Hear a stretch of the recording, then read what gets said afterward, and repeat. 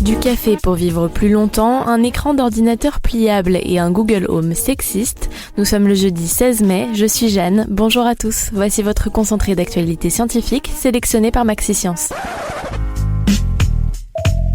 La différence entre l'homme des cavernes et nous, c'est le résultat de la science. Et ce n'est pas une opinion, c'est de la science. Notre monde n'est pas si moche. La NASA a livré une incroyable photo de la galaxie du Peintre. Pour créer ce cliché, les ingénieurs ont réuni 7500 photos prises par le télescope spatial Hubble. Sur cette image, on aperçoit la galaxie poétiquement nommée SPT 0615. Formée 500 millions d'années après le Big Bang, elle est l'une des galaxies les plus anciennes jamais observées au télescope.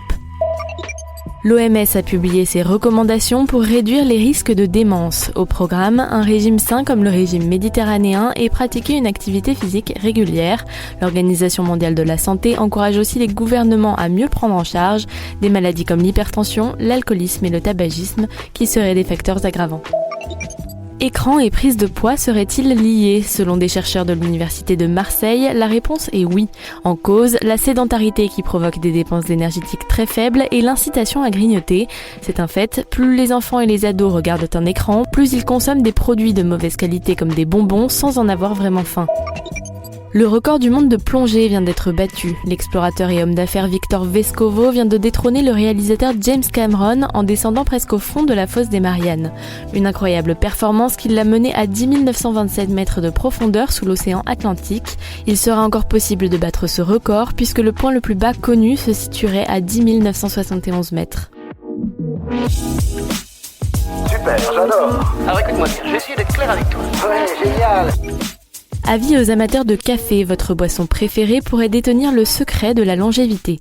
C'est la conclusion d'une récente étude qui a mesuré que les personnes qui en consomment 2 à 4 tasses par jour vivraient en moyenne 2 ans de plus que celles qui n'en boivent pas. Ce lien entre café et mortalité serait par ailleurs plus fort en Europe et en Asie qu'aux États-Unis. L'entreprise chinoise Lenovo a annoncé avoir développé le premier prototype d'ordinateur avec un écran pliable. Inspiré de la mode des téléphones pliables, la firme prévoit de lancer le produit au début de l'année 2020. Les archéologues péruviens montent au créneau contre un projet très polémique, celui de la construction d'un aéroport près du Machu Picchu. Le site est pourtant protégé et particulièrement fragile puisqu'il a été bâti par les Incas il y a 6 siècles. Une pétition a été lancée sur Internet pour tenter d'interrompre le projet, mais le gouvernement péruvien semble bien décidé.